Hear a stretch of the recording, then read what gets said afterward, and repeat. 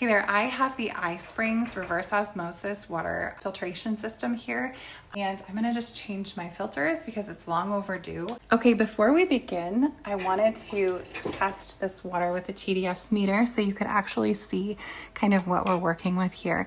So this water is coming in at a 29, you can see that. Now I also, just for context, I wanted to show you the levels in my tap water. So we're gonna clear this out. And you can see just how crazy, look at it's turning red. That's how horrible my tap water is. 396. So I know that this is working. Now I keep my filtration system in this little old Rubbermaid bucket just in case I don't screw things back on correctly and there's a leak. I just want to prevent anything from spilling. I've actually never had a huge problem with that before, but it's good just as a precautionary measure. So the first thing you're gonna do is turn off your water supply. I'm just gonna shut the whole faucet off, and I'm gonna shut off this little lever that goes to my water supply to here. You're also going to turn the knob off on the top of your tank as well. This is the tool that this system came with. Don't get rid of this. This is extremely handy when you are changing this out. So the first one I'm going to change is the sediment filter, and this is what it looks like when you get it.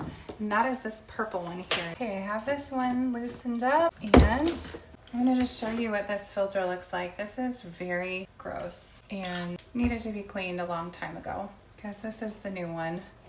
So you can see how badly that was needed. Just for good measure, I'm going to wash this out. All right, we are going to put this new filter in, new sediment filter. And I don't think there's a difference between the sides. So sometimes it's helpful to really look at it before you change it to make sure you're not putting it in upside down. We're gonna very carefully thread this back on, just like this, and tighten it with this wrench. This tool is like critical to your success. Now we're gonna take the second one off, get that loosened up. Ah! See, that's why you need a bucket. Pay attention to the direction of this filter. So we have the white part on the top. That is going to mean this is going to be our top. And this is the carbon filter. We're gonna very carefully place this new carbon filter in with the white little rubber thing on the top, facing up. This is the one I had trouble lining up last time, so I'm gonna be really careful about how I put this back on. There, that actually wasn't too bad. And we're just gonna tighten it. Cool. And we'll do our last one. There we go. This is the CTO carbon filter, and this is what the old one looks like next to our new one. So this is long overdue. Okay, I'm just gonna line this up and make sure this is on nice and tightly. We're gonna tighten it with the wrench. There, that looks really good. The last filter that I'm gonna do today is the Alkaline filter, which is this one up here. And these are a little bit different because you have to use the quick connect pieces. There are some included. So it is helpful to take a picture of what you have currently before you start taking things apart, just so you know how you had them put together before.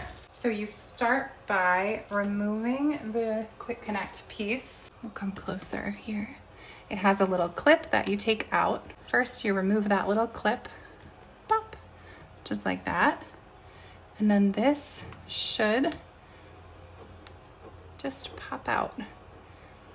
If you push this piece down and this goes up, this is why you need a bucket to do this job. It's no big deal though. And then on this side, you also have another little quick connect piece. So you take this little clip out, push it in, and release it. Ready?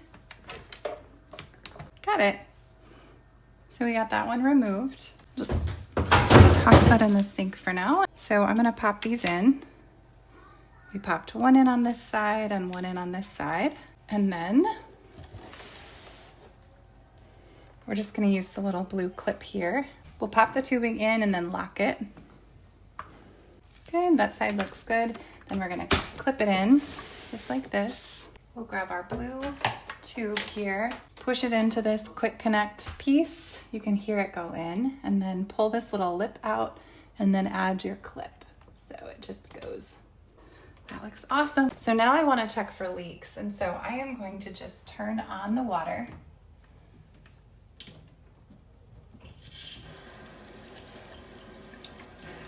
It's filling up, you can see. We're gonna turn on the tank. I have the tank turned on, the water turned back on, and so far everything is filling up and I don't see any leaks anywhere. So that means all of our threading worked and turned out great. Okay, I have my water faucet off. I have my tank on, the water is on, the tank is now filling. And what you're gonna do now is let these filters run through a couple of cycles of filling and emptying and filling and emptying, just to flush out any dust or debris or anything that may be on the filters. So that way you know your drinking water is nice and clean. You can see that was kind of a messy project for me, but to give you some context, this took maybe 15 minutes for me total, and it is a task that I do not enjoy. However, it is super simple. It's way easier than having a subscription every month, and it's so much more affordable in the long run.